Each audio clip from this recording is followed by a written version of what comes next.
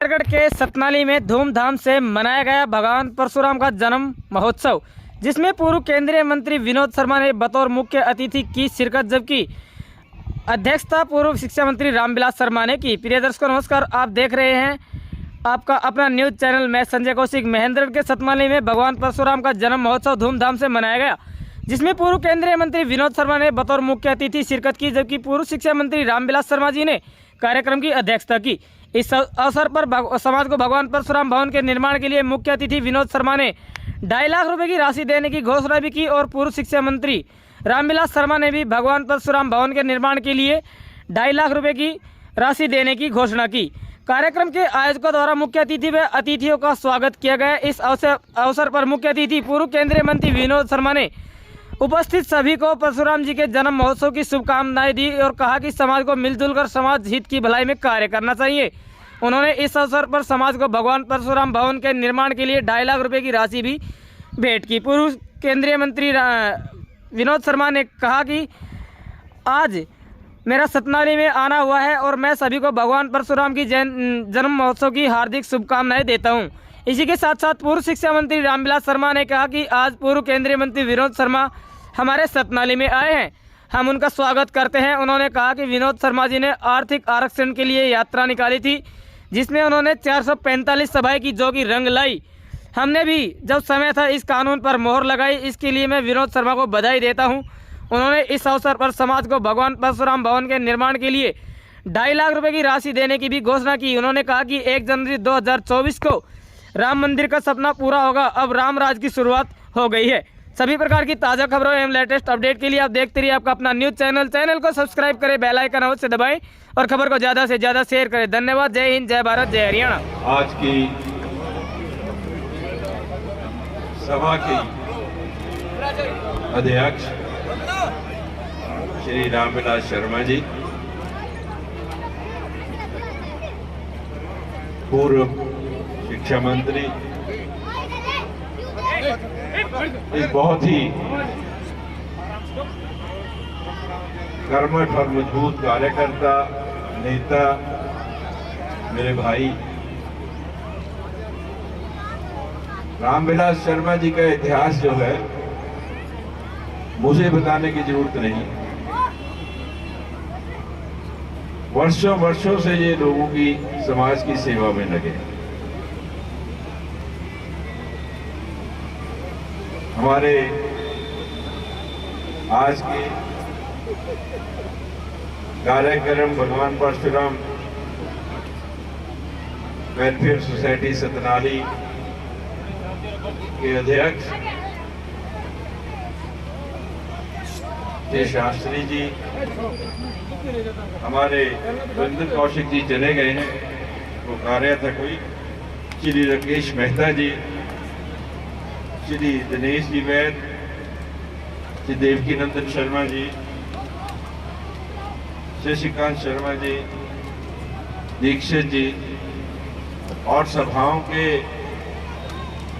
मेरे आए हुए प्रधान जी शिव कुमार शास्त्री जी, अभिषेक शर्मा जी, रामलाल मिश्रा जी, मेरे साथ आए हुए मेरे साथी और सतनाली में आप लोग सुबह से, मेरे भाई बहनें, बच्चे यहाँ पर बैठे हैं, आप सबका स्वागत है।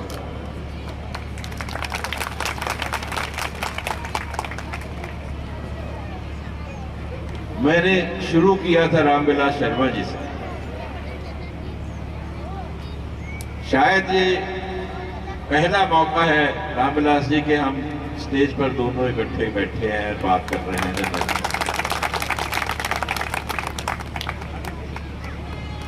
मैंने आपको हमेशा ही एक मजबूत और दूरदर्शी नेता के रूप में माना है। मैं चाहता था कि मैं पहले बोलूं और आप बाद में बोलें, क्योंकि आप अध्यक्षता कर रहे हैं समारोह की। लेकिन जो कार्यक्रम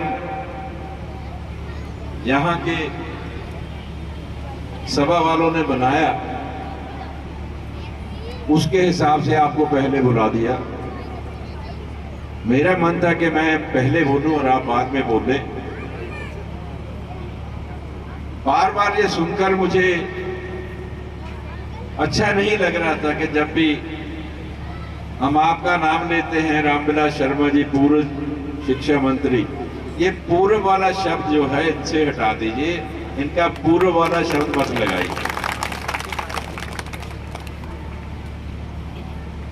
अपनी सेवा के दम पर ये पहले भी मंत्री रहे। अगर मैं समझता हूं कि रामविलास शर्मा जी सबसे सीनियर मंत्रियों में हैं, मुझे नहीं लगता कि मंत्री पद का कोई बहुत लालच अब इनमें है। बहुत इन्होंने जिंदगी में बहुत राजनीति देखी है, उतार चढ़ाव देखे हैं, लेकिन फिर भी सेवा करने के लिए, समाज की सेवा करने के लिए, अपने लोगों की सेवा करने के लिए, अपने गांव की सेवा करने के लिए, अपने प्रदेश की सेवा करने के लिए जरूरी है कि आपके पास ताकत हो। उसके बिना नहीं होती। आपने कहा कि आर्थिक रूप से पिछड़े हुए उन व्यक्तियों को या उन बच्चों को जो 10% आरक्षण मिला, उससे हजारों हजारों बच्चों को फायदा पहुंचा। ये सही है, लेकिन वो आरक्षण जो मिला उसके बारे में कुछ भ्रांतियां भी थी। अभी मेरे साथी ने कहा कि 433 मीटिंगें हमने उस दौरान की, 2013 की बात, लगातार 6 महीने पूरे हरियाणा में। उसका कारण था ये कानून पास करवा दिया। ब्राह्मण, राजपूत, बनिया, पंजाबी, सबको, इन चारों के जो भी कोई बच्चे, यानी कि आर्थिक रूप से कमजोर परिवार जो थे, उनके बच्चों को कहीं से ये बात उठने लगी दबी दबी कि ये आरक्षण का हमें क्या फायदा है। ये तो आपने उन लोगों के लिए किया है जो आर्थिक रूप से पिछड़े हुए हैं। अब ये समझाना जरूरी था कि आर्थिक रूप से पिछड़े हुए कौन हैं। मैं आप ही से पूछता हूं कि हमारे समाज में 5 एकड़ से ज्यादा जमीन रखने वाले कितने लोग हैं? हमारे समाज में कितने ऐसे घर हैं जिनमें कम से कम एक सरकारी नौकरी जरूर है? हमारे समाज में कितने ऐसे लोग हैं जिनकी आमदनी 3 लाख रुपए से ऊपर है? ये क्वालिफिकेशन थी कि जिस परिवार की आमदनी 3 लाख रुपए से कम है, जिसके पास 5 एकड़ से जमीन कम है और जिसके घर में कोई दूसरी सरकारी नौकरी नहीं है, उनको इसका लाभ प्राप्त होगा। तो ये बताइए कि क्या इसमें 95 to 97% children are not covered under this? क्या 96-97% लोग इसके तहत आते हैं या नहीं आते? तो इस कानून में क्या खराबी हो सकती? जरूरत उनकी है और जिनकी जरूरत है उसको मिलना चाहिए, नहीं उसके मायने नहीं रहते हैं। हम आर्थिक रूप से पिछड़े हुए लोगों की बात करें और मेरे मन में हो या किसी और के मन में हो कि मेरे पास सब कुछ होते हुए भी ये जो नौकरी है मेरे बच्चे को मिले, तो गरीब का क्या होगा? उसके बच्चे को कौन नौकरी देगा?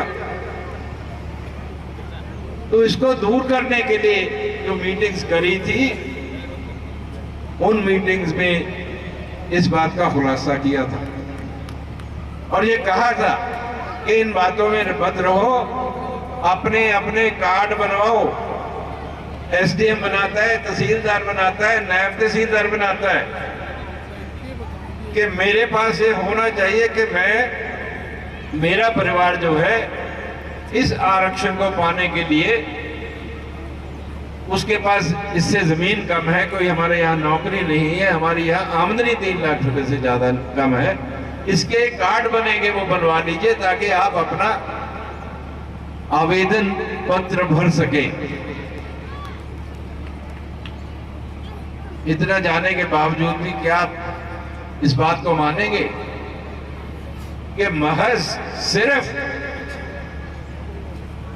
अगर 2000 नौकरी 10% कोटे में निकली तो सिर्फ 50 लोगों ने आवेदन दिया, 5 से 7% लोगों ने इसका लाभ प्राप्त किया। और प्रावधान ये था कि जो नौकरियां नहीं भरी गई क्योंकि किसी ने आवेदन नहीं दिया, आप सोच के देखिए कि अगर 2000 नौकरी में 100 आदमियों ने आवेदन पत्र दिया है तो 5% हुए, और अगर 1900 और भी लोग दे देते तो उन सबको नौकरियां मिल जाती। जो हम 11000 नौकरियों की बात करते हैं तो लाख के ऊपर नौकरियां होती अगर सभी ने अपनी जिम्मेदारी को समझ के आवेदन दिया होता। सर हमारा नुकसान हुआ। सही कह रामविलास जी ने कि 2013 के बाद इनकी सरकार आई और उसके बाद बहुत सारे लोगों के जागरूकता आई, उन्होंने इस बात को महसूस किया, उनको बहुत सी नौकरियां मिली। रामविलास जी उस सरकार में दूसरे नंबर में मंत्री बने मुख्यमंत्री के बाद। 2019 में आपने इनसे नाराजगी जाहिर कर दी। ऐसा मत किया करो, ऐसा ना किया करो। जब बनने की कुछ बनने का समय आता है आप नाराज हो जाते हैं तो बनेंगे कैसे, फिर आपके काम कैसे करेंगे जी। मैं इनकी मन से इज्जत करता हूं, सही बताता हूं।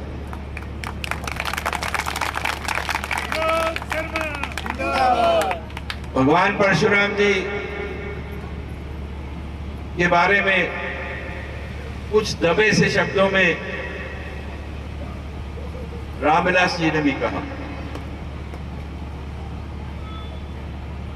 उन्होंने उस प्रसंग की बात की, सीता स्वयंवर में धनुष के बारे में चर्चा की, वहां क्या संवाद हुआ इसकी बात करी। मैं मानता हूं और इससे सहमत हूं कि कई बार इतिहास लिखे नहीं जाते। इतिहास पीढ़ियों दर पीढ़ियों दोहराए जाते हैं और उसके बीच में कहीं ना कहीं उसमें भ्रांतियां भी पैदा हो जाती हैं। एक बात को मानकर चलना पड़ेगा, भगवान परशुराम जी भगवान हैं, वो विष्णु जी के अवतार हैं और हम उनको भगवान मानते हैं। मैं हर समारोह में इस बात की बात करता हूं। आज आपने इस स्थान पर जो गांव की पंचायत ने आपको भवन बनाने के लिए दिया है, भगवान परशुराम जी का भवन बनाने के लिए दिया है, मैं उस पंचायत का, भले ही उस पंचायत के जो संरक्षक थे, उनके हेड थे, उनके प्रधान थे, वो आज प्रधान नहीं है शायद जब ये स्थान दिया गया। अगर मैं कहीं गलत हूं तो मुझे करेक्ट कर दीजिएगा, मैंने यही जो बात सुनी। उन सबका धन्यवाद करता हूं और खुशी है इस बात की कि इस एरिया में, इतने बड़े एरिया में आप एक भवन बनाएंगे। और भगवान परशुराम जी की मूर्ति लगाएंगे। बहुत खुशी की बात है। मैंने तो पंडित जी से कहा था कि आप बड़े नेता हैं, आप ही जाएंगे, आप भी कुछ कहेंगे कि आप दे रहे हैं, मेरी तरफ से भी अपनी तरफ बोल देना, जो आप देंगे भाई मेरा भी साथ में जोड़ के बोल देना, डबल हो जाएगा। ये भूल गए, मैं उसमें जमा कर देता हूं, इन्होंने 2,51,000 दिए हैं तो मैं भी 2,51,000 दे देता हूं। भाई उसमें बीच में बनाइए, और कमी पड़ेगी तो और देंगे। लेकिन एक बात की बात, भवन बनेगा, मूर्ति भी लगेगी और मेरा साथ रहेगा बनाने में। लेकिन एक बात जरूर कहूंगा, मैंने पहले भी कही है कि भगवान परशुराम जी के लिए उचित स्थान पर ही मूर्ति लगानी चाहिए। भगवान परशुराम जी का मंदिर उचित स्थान पर ही बनना चाहिए। ये मत सोचिए कि भगवान परशुराम जी को हम चौक में जाके मूर्ति लगाएंगे। भगवान की मूर्ति चौक में नहीं लगाकर, ऐसी जगह पे नहीं लगा करती जहां पे उनकी पूजा ना हो सके, उनकी सफाई का ध्यान ना रखा जा सके। तो इस बात का भैया ध्यान रखना है कि हम अपने भगवान को भगवान के स्थान पर ही प्रतिष्ठित करेंगे और उसके लिए हम सब मिलजुल कर काम करें। मैं आपका ज्यादा समय नहीं लूंगा। बहुत से बुद्धिजीवी यहां पर बैठे हैं, मुझे खुशी है इस बात की। मेरा भी कोई राजनीतिक जीवन अब कोई 50 साल होने वाले हैं, और जब मैं पहली बार एमएलए बना था उसको भी 43 इयर्स ना 1980 में बना था। मैंने इतने वर्षों में इस बात को महसूस किया है।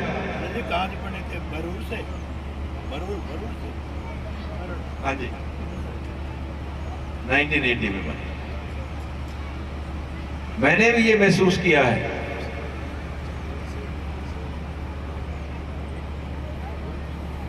कि जब आपके पास ताकत हो फिर आएगी पंडित जी। जब आपके पास ताकत हो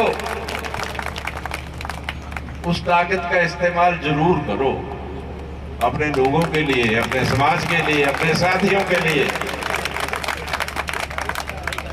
कि ये कोई परमानेंट नहीं है,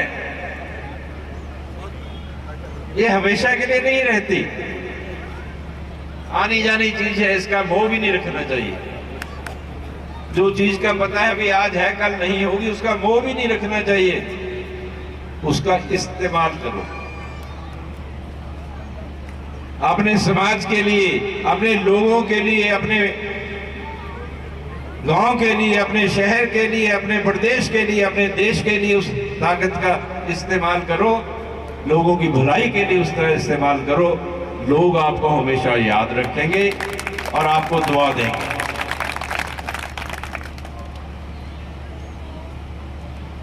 कभी ये मैंने कहा कि यहाँ पर बुद्धिजीवी लोग बैठे हैं, बड़े नेता बैठे हैं, मुझे कभी ऐसा नहीं लगा कि मैंने राजनीति सीख ली। मैथमेटिक्स सीखना बड़ा आसान है। इंग्लिश का एस्से लिखवाना हो तो लिखना शुरू कर सकते हैं, केमिस्ट्री फिजिक्स को सीख सकते हैं। क्यों सीमित है, उनकी सीमित है कि कौन सी क्लास में कितनी केमिस्ट्री हमें पढ़ाई जाएगी।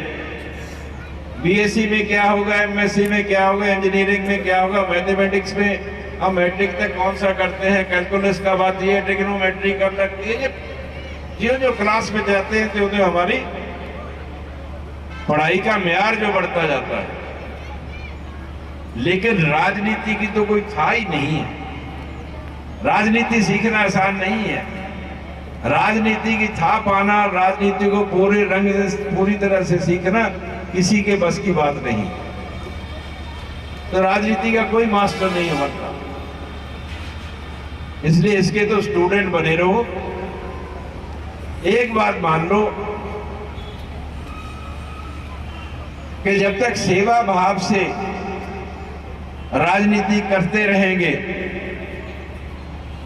तब तक लोगों का प्यार आपको मिलता रहे।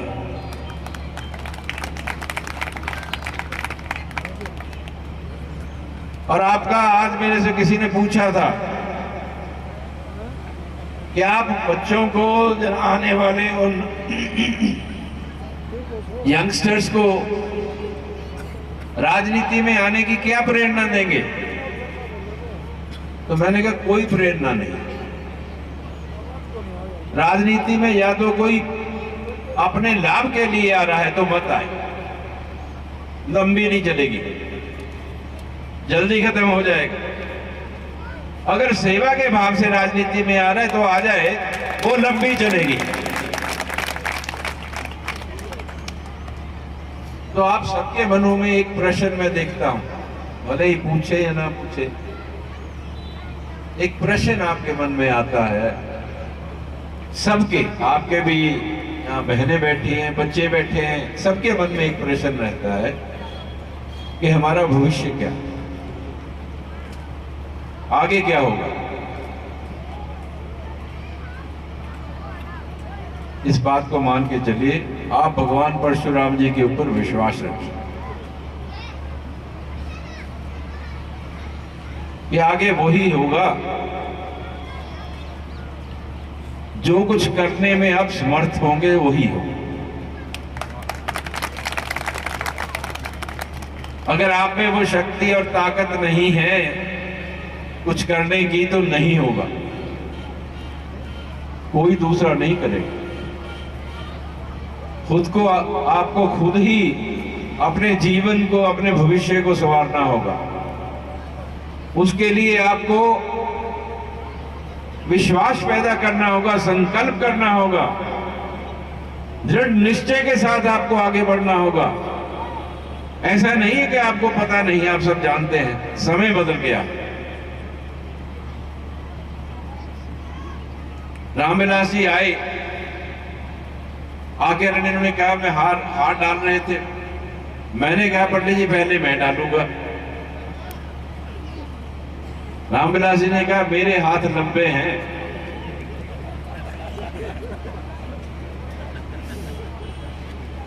तो मैंने कहा फिर आप पहले डाल दीजिए।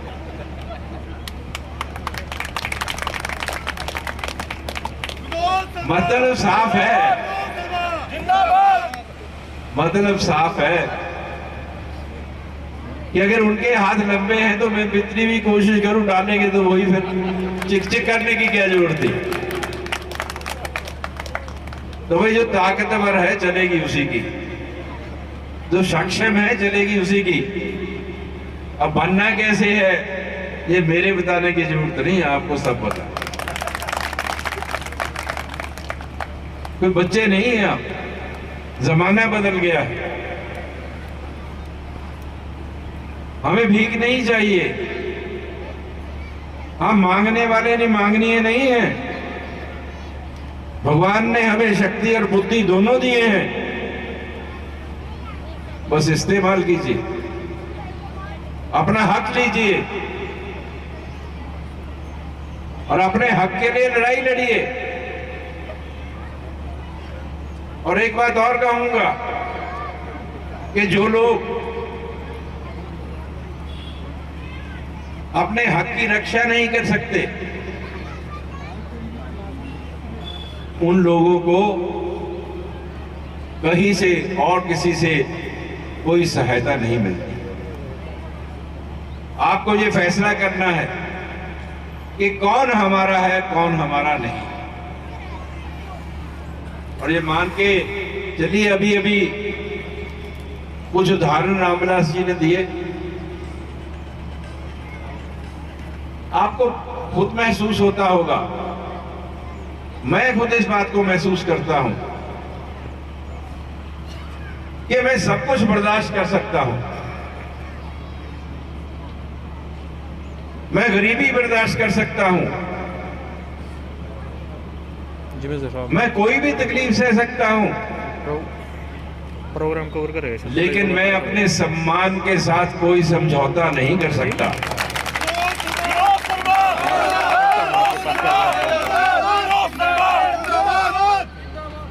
तो आपको अपना सम्मान और मान, इज्जत प्यारी होनी चाहिए। और आप जानते हैं कि कुछ ऐसे समय आते हैं, कहीं गांव में है, शहर में है, अगर हमें अपनी कमजोरी का एहसास दिलाने की कोशिश करते हैं, तो मैं सिर्फ आपसे अंत में एक ही बात कहूंगा कि आप कमजोर नहीं हैं। जो अपने आप को कमजोर मानता है, कमजोर समझता है, उसमें किसी बात की कमी है नहीं। आप कहीं भी किसी तरह से भी कमजोर नहीं है। और पिछले कुछ वर्षों में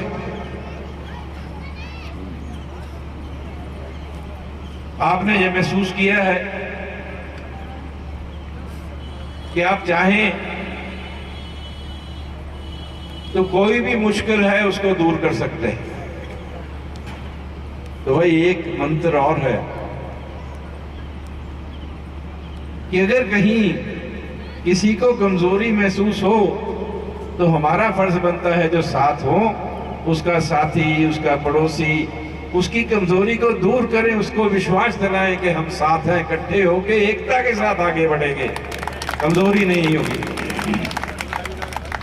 आप लोगों का मुझे यहां बनाने के लिए बहुत बहुत धन्यवाद। हमें एक अच्छे समाज की संरचना करनी है। मैं आपके साथ हूं। मैं पंडित रामविलास शर्मा जी को भी ये आश्वासन देता हूं कि जो भी कार्यक्रम आप और आपकी सरकार अच्छे कामों के लिए लेके चलती है, आपको साथ मिलेगा। और आप लोगों का बहुत बहुत धन्यवाद करता हूं। मुझे अंत में आप लोगों को नमन करना है कि इतनी संख्या में, इतने उत्साह के साथ आपने ये फंक्शन किया है। और मेरे साथ एक बार जोर से बोलिए, भगवान परशुराम जी की, भगवान परशुराम जी की। कार्यक्रम में किस तरीके से मैं पहले भी एक बार आया था सत्यनारायण, बड़ी खुशी हुई यहाँ पर। अपने घर चाय पर जाएंगे और इन्होंने बहुत अच्छा इंतजाम किया है। सबने मिलजुल के एक शुरू किया है इसको बनाना, भवन बनाना। जल्दी बनेगा और बहुत अच्छा भवन बनेगा। आपकी तरफ से सहयोग भी कहा गया है, परशुराम भवन के सहयोग के लिए भी आपने कहा है। और हाँ, करेंगे, पूरा सहयोग करेंगे, कोई कमी नहीं रहने देंगे। सर, समाज के लिए क्या मैसेज है? सारे समाज को करना है, हम भी समाज का हिस्सा है। जिस प्रकार से परशुराम भवन के लिए आपने ब्राह्मण समाज के एकत्रित होने की बात की, उसको लेकर अरे देखो, ऐसा है कि भवन सबका है। आपने देखा, मैंने भी महसूस किया कि सिर्फ ब्राह्मण समाज नहीं, और भी लोगों ने योगदान दिया। जमीन जो दी है इसमें भी योगदान है, और आज जो लोग दे रहे थे उन्होंने भी दे रहे हैं। तो मैं समझता हूँ समाज का दायरा जो है उसको समुचित नहीं, छोटा नहीं करना चाहिए। हमारा समाज जो है पूरा बड़ा समाज है। हम सब उस समाज के हिस्से हैं जिसमें अपने सभी लोग आते हैं और समविचारक हैं, जो लोग हमें साथ मिलके काम करना चाहते हैं, अच्छे काम में लगना चाहते हैं। अच्छे काम में लगेंगे, हम सभी साथ इकट्ठे होकर काम करेंगे। सतनाली में भगवान परशुराम जन्म जयंती पर मेरे बड़े भाई पंडित विनोद शर्मा जी आए। मैंने उनका, क्योंकि मैं सतनाली का बासिंदा हूँ, और उनका स्वागत किया, अभिनंदन किया। विनोद शर्मा जी पंजाब हरियाणा की राजनीति में एक बड़ी पहचान है, और अब संयोग और सौभाग्य से वो भाजपा के हैं। बेटा कार्तिक हमारा मेंबर पार्लियामेंट है, और आज सामाजिक कार्यक्रम में सम्मिलित हुए। उनका हमने बहुत जोर शोर से अभिनंदन किया है, स्वागत किया। और भगवान परशुराम तो अश्वत्थामा बलिर्व्यासो हनुमानस्य विभीषणा कृपा परशुरामस्य सप्तैते चिरंजीव, ये 7 जो महापुरुष है चिरंजीव है दीपक। जी नमस्कार। आओ रामा जी ऊपर। श्री विद्यानंद जी लांबा भारतीय जनता पार्टी कर्मचारी प्रकोष्ठ के प्रदेश अध्यक्ष हैं। कुछ तो मौसम ने, क्योंकि भगवान परशुराम जन्म जयंती है तो बादल ने सूरज के आगे आकर के मौसम में ठंडा कर रखा है, इसलिए आप भी ठंडे हो गए। थोड़ा जोर से बोलो, बोल भगवान परशुराम की। मुन्ना भाई से खाओ शब्द जोरू बोले। हमारे बीच में मेरे बड़े भाई, भारत सरकार में मंत्री रहे श्रीमान विनोद शर्मा जी, यहाँ भगवान परशुराम सेवा समिति के अध्यक्ष राकेश शर्मा एडवोकेट हमारे जिला के अध्यक्ष, एक बार ताली बजा के सब लोग स्वागत करें।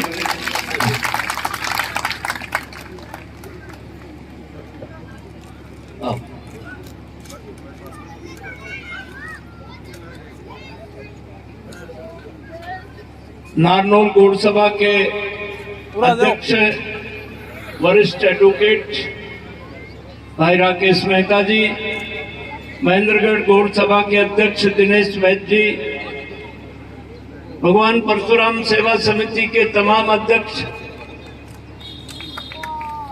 सतनाड़ी बड़े गांव के पूर्व सरपंच ठाकुर उदय सिंह जी, जिनकी सरपंची में ये जमीन का टुकड़ा सेवा समिति को दिया गया।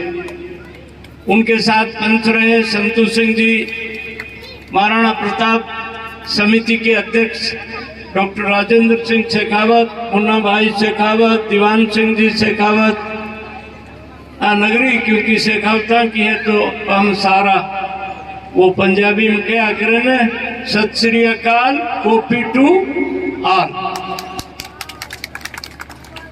यहाँ उपस्थित पूजनीय माता बहनों, प्यारे बच्चों, आज हम सब लोग भाई, क्योंकि आपा तो एक था बसा, जब भी कोई जिमाड़ो हो, दीवान सिंह जी के हो, राजेंद्र जी के हो, तो आपा सारा इकट्ठा हो जाओ। आज हमारे हरियाणा में बहुत ही प्रतिष्ठित परिवार के मुखिया भाई विनोद शर्मा जी यहाँ आए, और वो आप चिट्ठी लिखा ना भाई, थोड़ी लिखी घनी समझियो। विनोद जी ने मेहनत किया पूरे हरियाणा में इकोनॉमिक बैकवर्ड के आरक्षण के लिए, क्योंकि बाकी सबका तो आरक्षण हो ही गया था। इकोनॉमिक बैकवर्ड सेक्शन के लिए जो आरक्षण की बात आई, उसमें भाई विनोद शर्मा जी ने पूरे हरियाणा में यात्रा निकाली, जगह जगह गए, 445 जगह सभाएं किया। फिर इनकी मेहनत, और उसके बाद आप लोगों ने 2014 में हमारी सरकार बना था। श्री मनोहर लाल जी की रहनुमाई में आपने मुझे भी मंत्री बना के भेजा, उस पर हमने मोहर लगाई। आज इकोनॉमिक बैकवर्ड सेक्शन के माध्यम से मेरे पास पंडित हरिराम दीक्षित जी जींद वाले, उन्होंने इन बच्चों की बहुत पैरवी की। रात के 12-12 बजे हमने बच्चों को, जो पुलिस में हुए, जो पटवारी हुए, जो बाकी कैटेगरीज में जिनकी भर्ती हुई, उनको रात के 12 बजे भी ज्वाइन करने का काम आपकी कृपा से हमने किया। उस बात के लिए भाई विनोद शर्मा जी को बहुत बहुत मैं बधाई देता हूं, साधुवाद देता हूं। आजकल तो मन में आवे उसी बात को लेकर के और धरना शुरू हो जाता है। अश्वस्थामा बलिर्व्यासो हनुमानस्य विवेक्षणा कृपा परशुरामस्य ये सप्तहिते चिरजीव। ये मैं नहीं कहता, ये ग्रंथ कहता है। हमारा जो इतिहास है वो कोई 1400 साल पुराना नहीं है। कई लोग ऐसी बड़ी बड़ी बातें करते हैं, ये हो गया, वो हो गया, ये मार दिया, वो मार दिया। योगी आदित्यनाथ जी की जो विधानसभा की स्टेटमेंट है,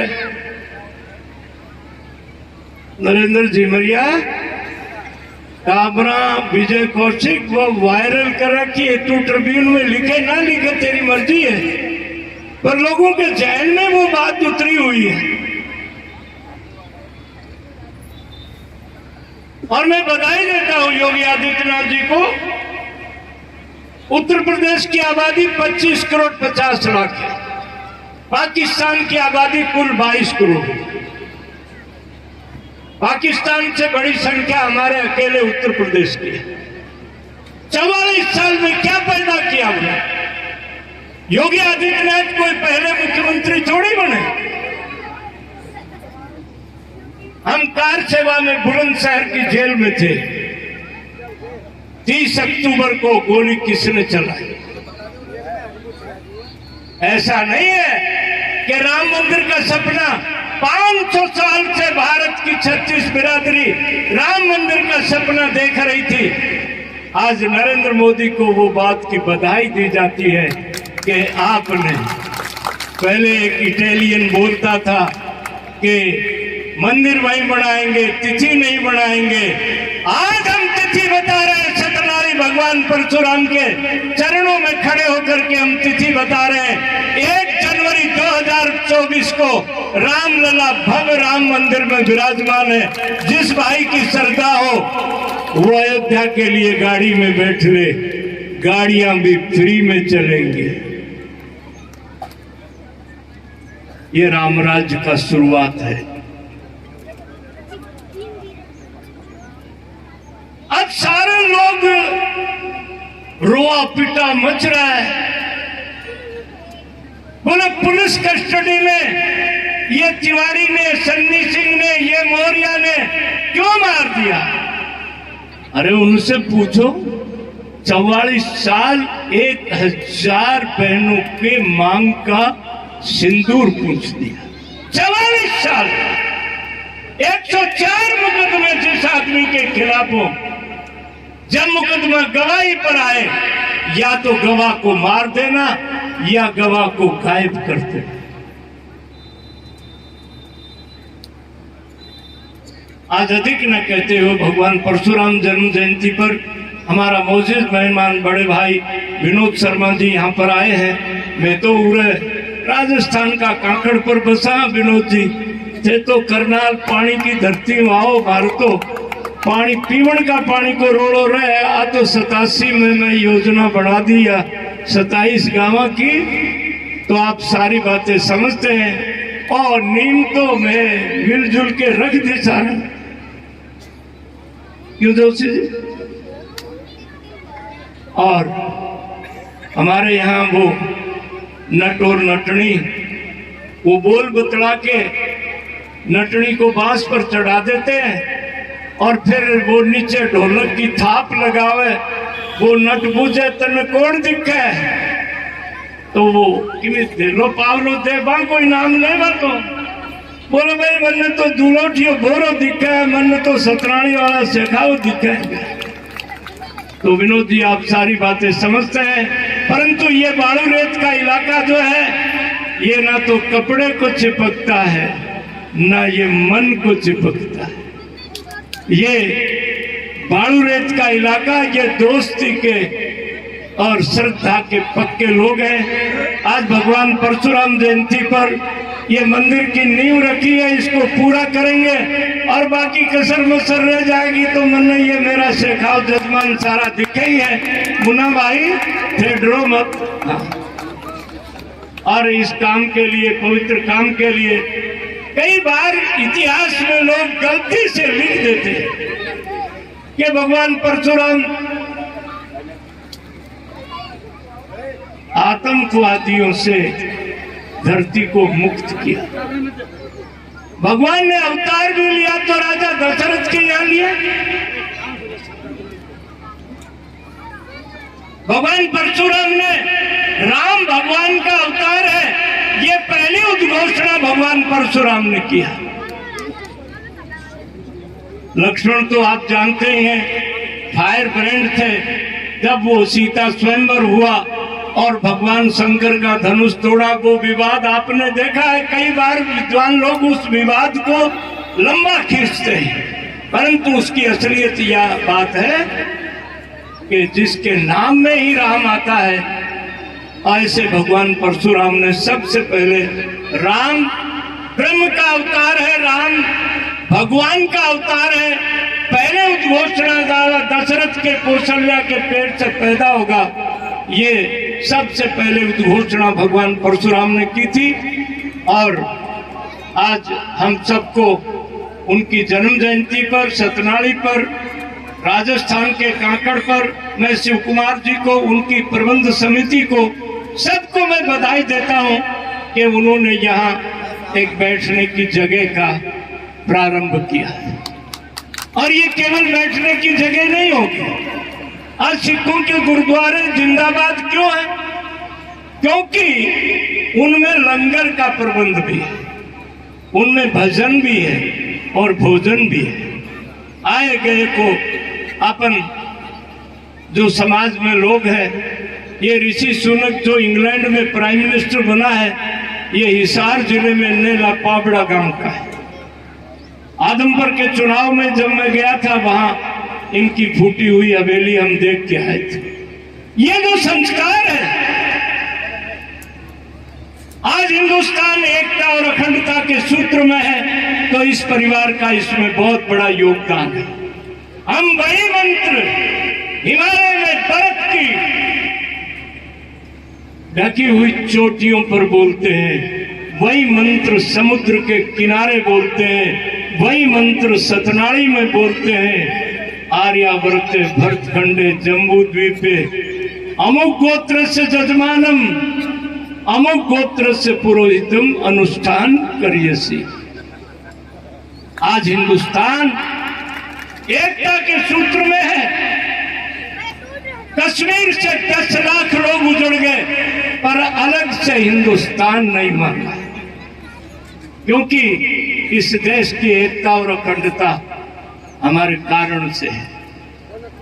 आज इस संतति को औरंगजेब ने आकर के 1 मण जनेऊ जब तक वो नहीं उतारे, इतने कितने, एक जनेऊ में 5 ग्राम वजन होता है, और इतने लोगों की हत्या करके वो भोजन करने वाला आदमी आज वो कहीं नामो निशान नहीं है, परंतु हम सब ज्यों के त्यों हाजिर हैं। हमारे पुस्तक जला दी, वेद जला दिए। 2 वेद जिसने कंठस्थ कर लिए उसको द्विवेदी कहने लगे, 3 वेद जिसने कंठस्थ किए त्रिवेदी कहने लगे, 4 वेद जिसने कंठस्थ किए उसको चतुर्वेदी कहने लगे। परंतु हमने अपनी वेदों की विधाओं को, पुस्तक को जला दिया, पर कंठ में रख लिया। 350 साल हम पर अंग्रेज ने राज किया, उसको हिंदुस्तान से भगाने के लिए 1,56,000 लोग फांसी के फंदे पर चढ़े। बंगाल में चापेकर बंधु, एक मां की 3 संतान, सावरकर एक मां की 2 संतान, गणेश सावरकर, विनायक सावरकर। वो अंडमान की जेल हमने कई बार देखी है, भाई विनोद जी ने भी देखी है।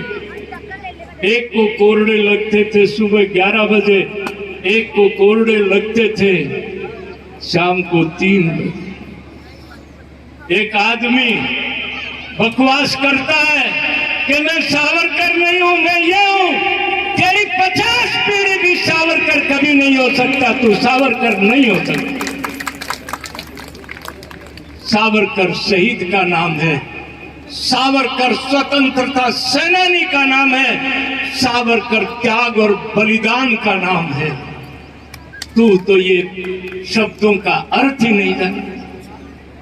इसलिए आज अधिक न कहते हुए एक 2,51,000 की छोटी सी आहुति मैं इसमें डालता हूँ।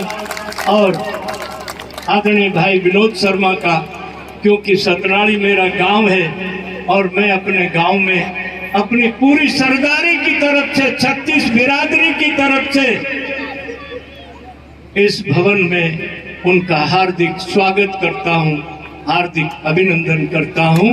बोल भगवान परशुराम की।